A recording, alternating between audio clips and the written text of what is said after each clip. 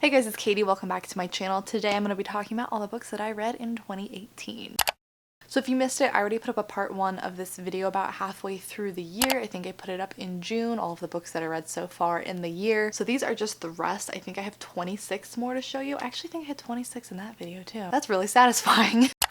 But yeah, I think I read 54 or 56 books this year, which for me is pretty good. That was more than I was expecting to. That was more than I was hoping to. And I also had a really awesome reading year. I had so many more books that I loved than books that were just like okay or I didn't like. So I have a lot of really good ones to talk about. I think all the books that I hated were mostly in the first part of the year. I have a couple still in this list. So if you missed that, I also have 2 other kind of wrap up videos for the books that I read in the year, my worst books of the year and my best books of the year video. I'll have those down in the description too. We're just gonna do this in chronological order. So I'll have links to all of these books down below in the description if you want to go learn more about them or whatever. So the first one that I have to talk about today is Restore Me by Tahereh Mafi. This is a continuation of the Shatter Me trilogy. I gave this book 5 out of 5 stars and I talked about it in my favorite books of the year video kind of as an honorable mention. It actually isn't one of my favorite books of the year, but I gave it 5 out of 5 stars. The problem is I just don't really remember anything about it already. It's only been about not even 6 months and I don't know what happened. If you like this series though, I think you'll love this book. I really enjoy this series. If you don't know what it's about, there's this teenage girl who has this power and if she touches people, they die and she can't really control it. And so it kind of follows her journey as she's starting to learn about this power that she has. I don't even know like a good way to describe the series without spoiling because I don't even know what's a spoiler anymore. But I love this series for the weird kind of writing style, kind of a guilty pleasure romance, just would highly recommend. It's funny, I listened to this book on audiobook. The narrator for this book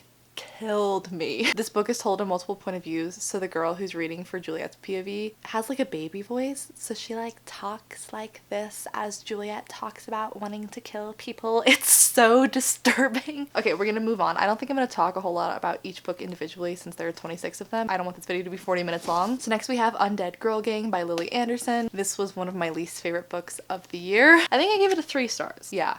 So it wasn't my favorite. It was still fun. It was pretty disappointing. It's about a girl whose best friend dies and everyone thinks that she committed suicide, but our main character is a Wiccan, so she performs the spell to bring her best friend back from the dead to figure out how she actually died because she's convinced it was not suicide. And obviously things go wrong. You're not supposed to be bringing people back from the dead. So she brings back her friend, then also some other people by accident, and they're like decaying because she did it wrong. It's so weird. My problem with it was just it didn't live up to its premise. The execution wasn't as good as I was hoping it was going to be. It was pretty predictable. The characters were kind of bland and I didn't really care for them. I wasn't really rooting for them. Next I have Queen of Hearts by Colleen Oakes. This is the first book in a young adult series which is kind of like an Alice in Wonderland retelling. I think I also gave this a 3 out of 5 stars. Looking back on it, I don't know why I didn't give this a 2 out of 5 stars. I really wasn't a huge fan of this book. I'm not going to be continuing on with the rest of the series. Basically Alice in Wonderland is like my favorite story of all time and so I naturally gravitate towards all of these retellings and I've read some really good retellings and this one is just so bland in comparison to those other retellings. Like it has nothing special about it, nothing stood out about it to me. I didn't like the writing, I didn't like the characters, the story, like literally I remember nothing special about this book, so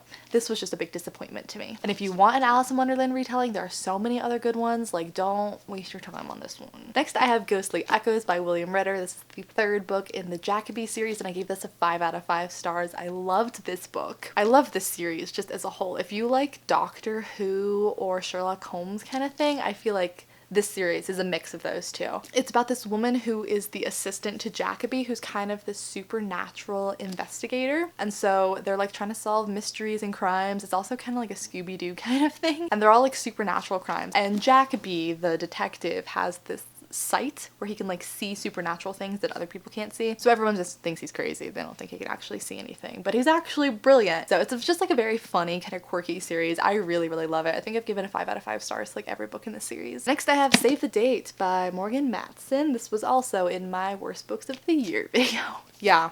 I talk about this a lot in that video, so I'm going to keep it brief here. This is about a senior in high school whose older sister is getting married. She's the youngest of all of her siblings, so it's the first weekend in a while where all of her siblings are coming back together. They're a super close-knit family, and during this weekend of the wedding, literally everything that can possibly go wrong does. And I really didn't like it. It's super long, it's super overwritten, it's super drawn out, and the whole everything goes wrong storyline gave me like super anxiety. It made me really frustrated and I just did not enjoy this book at all. Next I have Stars Above by Marissa Meyer. This is the short story collection that is the companion to the Lunar Chronicles. And I gave this one a 5 out of 5 stars. I loved this. I loved Marissa Meyer's writing. I loved the Lunar Chronicle series.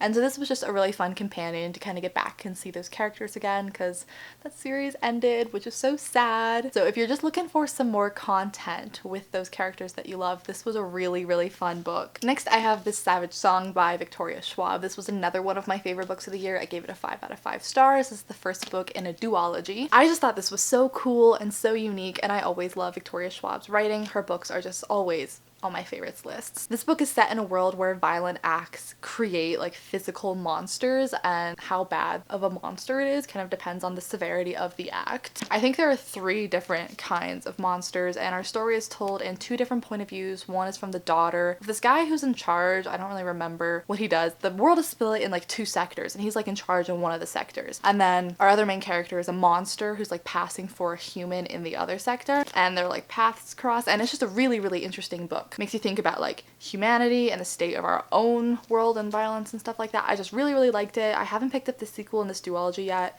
and I'm kind of scared to because I feel like Victoria Schwab's gonna break my heart or something. Next is one of my favorite books of the year. This was also in my best books of the year video, and it's Helium by Rudy Francisco. This is a collection of poetry. I know a lot of you guys on my best books of the year video told me that he does spoken word poetry on YouTube. Told me to check him out, which I really want to do because I love spoken word poetry. But yeah, in my best books of the year video, I just like read some of the poems in here that I love to you guys because I have a hard time like explaining why poetry is great. Like I feel like you have to see it, you have to hear it for yourself. If you're trying to get into poetry, if you're a newbie, I would highly recommend picking this one up because I literally just cannot imagine a scenario where you wouldn't like this. I think it's very beginner friendly and it's just so impactful and powerful and important, and I loved it, and it's a quick read. I think I read it in an hour. Going off of the theme of poetry, my next book was The Poet X by Elizabeth Acevedo. This is a young adult contemporary novel, but it's written in verse, so the entire thing is written in poetry, and it follows this young girl who's living in Harlem, New York, who's kind of getting into the slam poetry scene. She kind of joins the club at school and starts to learn to express herself in that way. She comes from like a really strict conservative religious family, and so she's kind of struggling with that, and it's just basically a coming of age story, and I just found it really, really touching. And even though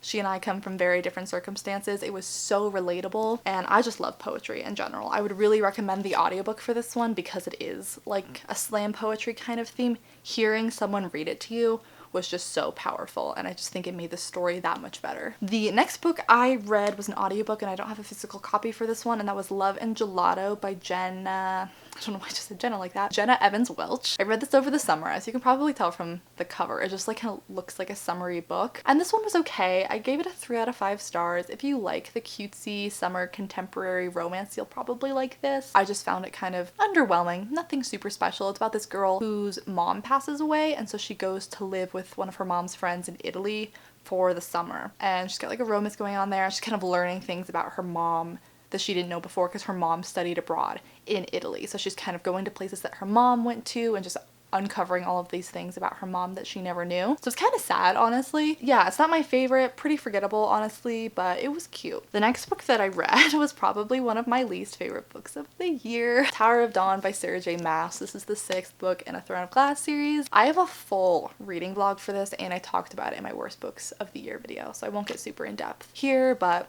I think you guys know by now, I just hate the character Kale Westfall, so having an entire book that was 700 pages from his point of view killed my soul. Like, I hated it. And it's really interesting because I've seen reviews from people just praising this book, and it's their favorite in the Throne of Glass series, and I just think that's so interesting how we can all have such different opinions on the books, because I hated this and I just feel like it didn't need to exist. I don't think it had enough information that was like relevant. Like, I just hated it. I hated it. I just feel like nothing happened for like 400 pages. So I just think that's pretty interesting. And the next couple of books I also don't have with me because they're in my dorm at school because I read them while I was there. So first I have Specimen Days by Michael Cunningham. This book is actually split into 3 interconnected novellas, and this book is really interesting. I kind of talked about it in my vlogs while I was reading it, but I would highly recommend this one actually. I had to read it for class, and analyzing this book was just so fascinating. So the 3 novellas, they have like the same characters and like themes, but they're completely different stories. Like, one of them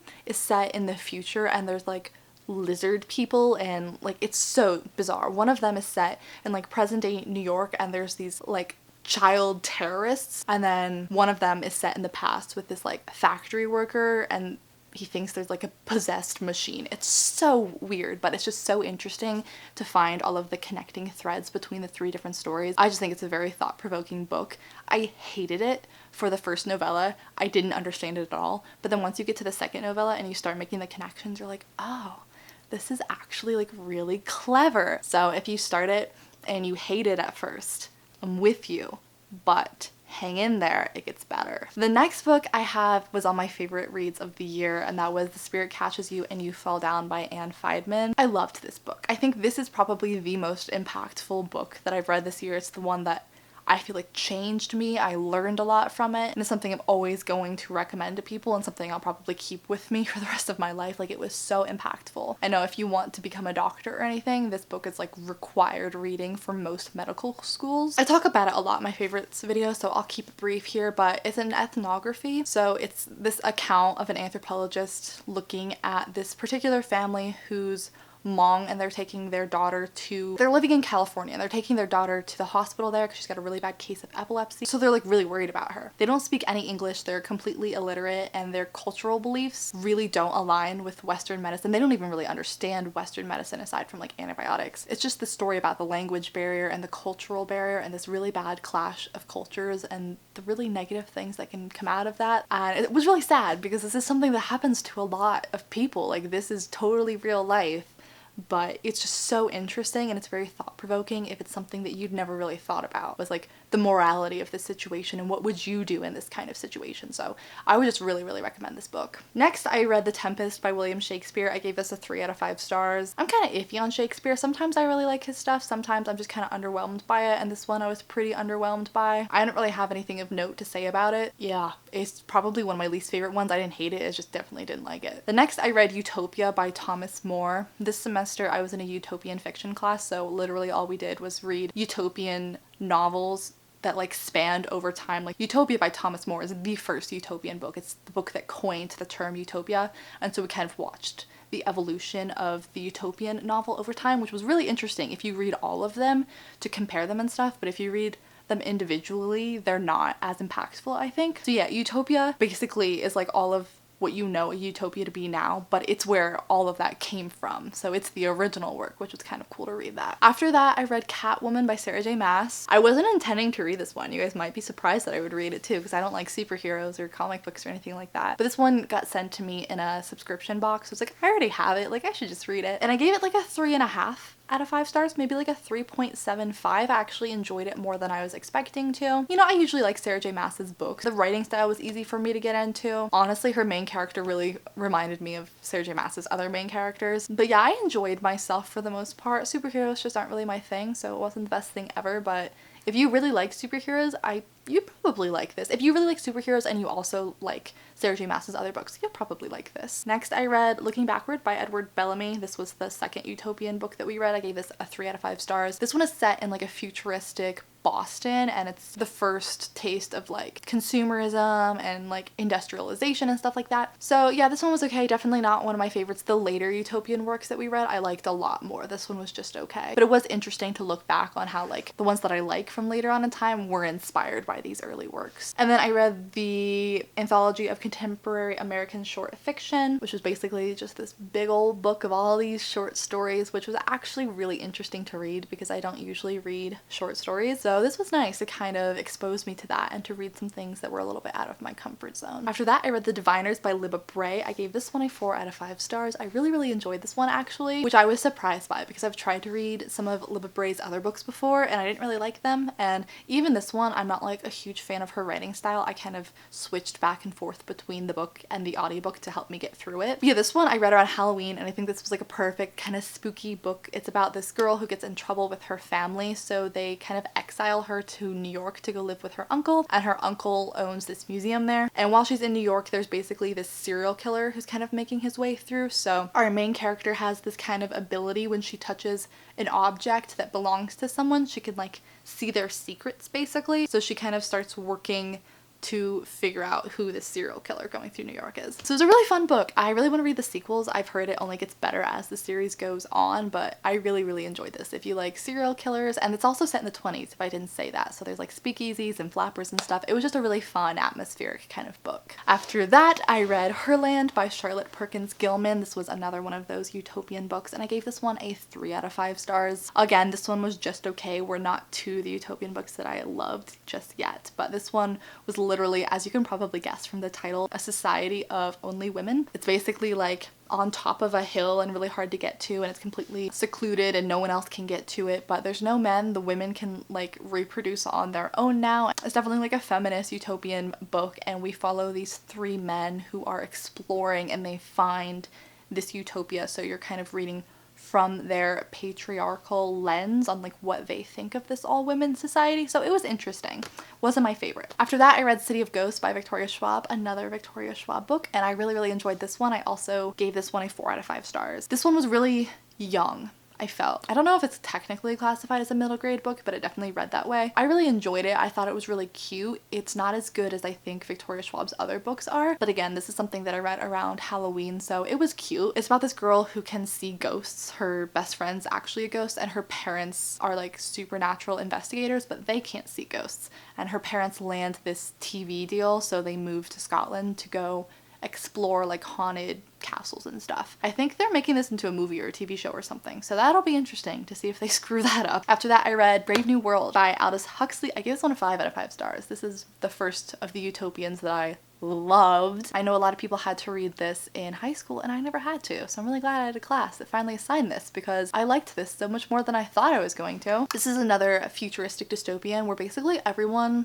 is genetically engineered, and there's like different castes basically that you're born into based on like your genetic makeup. So yeah, I just thought it was very interesting, very entertaining. I really liked the writing style for this one. After that, I read The Handmaid's Tale by Margaret Atwood. This is my favorite.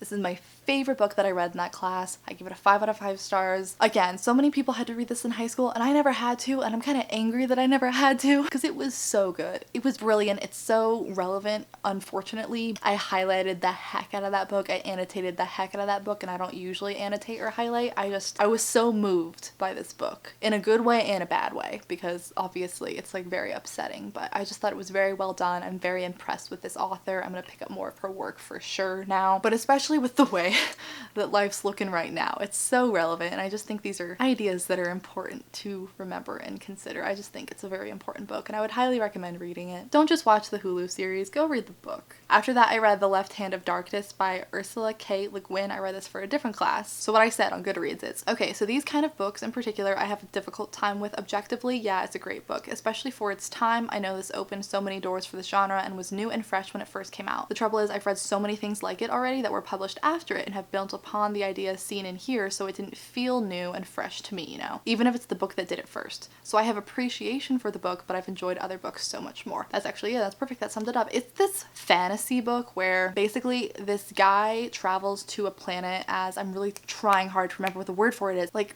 almost like an ambassador, I guess, and he's trying to convince this planet that he lands on to join this like kind of like the UN of the galaxy, like this league of all the other planets. The rulers like don't believe him. They're like, you didn't come from a spaceship, you didn't come from another planet, you're just crazy. And it's basically a story of him going through a journey on this planet. I wish I had read it. I wasn't alive when it came out. I wish I had read it when it came out because this book was like amazing when it came out because there wasn't anything like it yet. But now there's so many things like it that have been inspired by books like this. So it's kind of hard going back in time and reading that book because I really want to appreciate it, but I just didn't enjoy it as much as I wanted to, you know? After that, I read SemiOsis by Sue Burke. I also talked about this in my favorites video. I read this also. This was the last book of the utopian fictions that we read, and it was freaking awesome. I gave it a 5 out of 5 stars. I really wasn't expecting much from this, so it blew me away. It's so smart and creative and also really relevant. So it's about this group of people who travel to a different planet to colonize it because Earth is like unlivable. They're sick of all the violence, so they're like, we're gonna go create a utopia on this new planet. And the book is told in different generations, so I think it's 7 chapters. So you see that first group that lands on the planet, then their kids, then their kids, then their kids, and you get to see the society as it progresses through the generations, and you still see from characters from the previous generations if they're still alive. And it's really interesting because the dominant species on this planet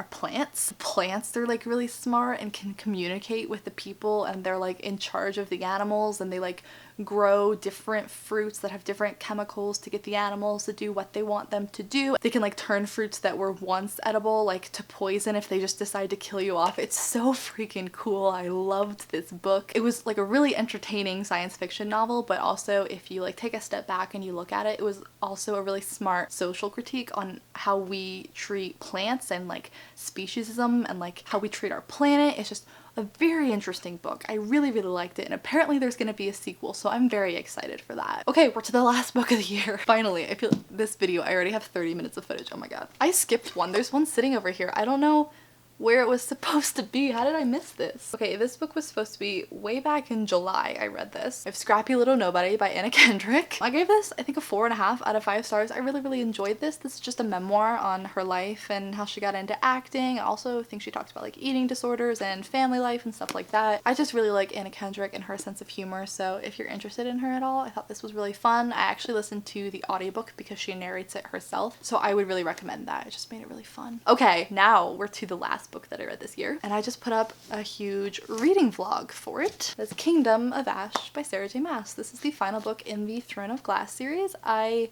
don't have a rating yet for it on Goodreads because I haven't made up my mind. I'm thinking maybe like a 3.5 out of 5 stars, maybe a 4 out of 5 stars. I talk about it a lot in that reading vlog, obviously. I enjoyed it, but my enthusiasm for the whole Throne of Glass series has really just dwindled over the years, honestly. I think my interest in it peaked around Heir of Fire, Queen of Shadows. That's when I was really enjoying the series, and now I've just grown up. Like, it's been so many years. This is the 7th book, and my reading tastes have just changed, so I just don't enjoy this series as much as I once did. I still had a fun time with it. Like, it was nice to see everything wrapped up. I think objectively it was a good conclusion to the series. It's 1,000 pages long, and it definitely didn't need to be, so I definitely think it's longer than it needs to be, and it was overwritten and repetitive and stuff, but overall, a pretty satisfying conclusion. I had a problem with her other last book in a series, A Court of Wings and Ruin. Like, I felt like that one really wasn't satisfying. And these two have a lot of parallels. The whole 2 series have a lot of parallels, but I feel like her books just kind of wrap up a little too well. Like, everything works out a little too perfectly.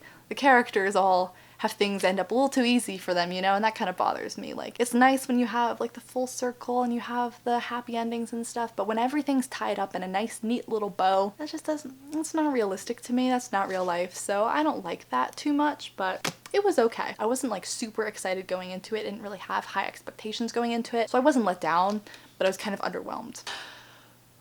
I feel like I've been talking for so long, but yeah, those are all of the books that I read in 2018. I'll have links for them all down below in the description if you want to go check them out. I would recommend it for a lot of them. I had a pretty dang good reading year. I'll have part 1 also down there if you want to check out the first half of what I read this year. Let me know down in the comments what your favorite book of the year was. I would be really interested to know, or on the flip side, let me know what book you read this year that you hated, because I'm also always interested in that. But anyway, thank you guys so much for watching. I hope you enjoyed this video, and I hope you're having a great start to your 2019. If you like this video, I would appreciate it if you give it a thumbs up because it helps out my channel a lot, and maybe subscribe to my channel if you're not already. I put up 2 new videos every single week, and I would love to have you here. And all of my social media are linked down below in the description if you want to follow me elsewhere. All of the usual gist. I will just see you guys in my next video very soon. Bye. So hit me.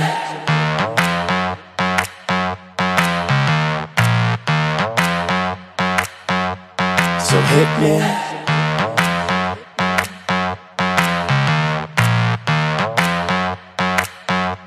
So hit me.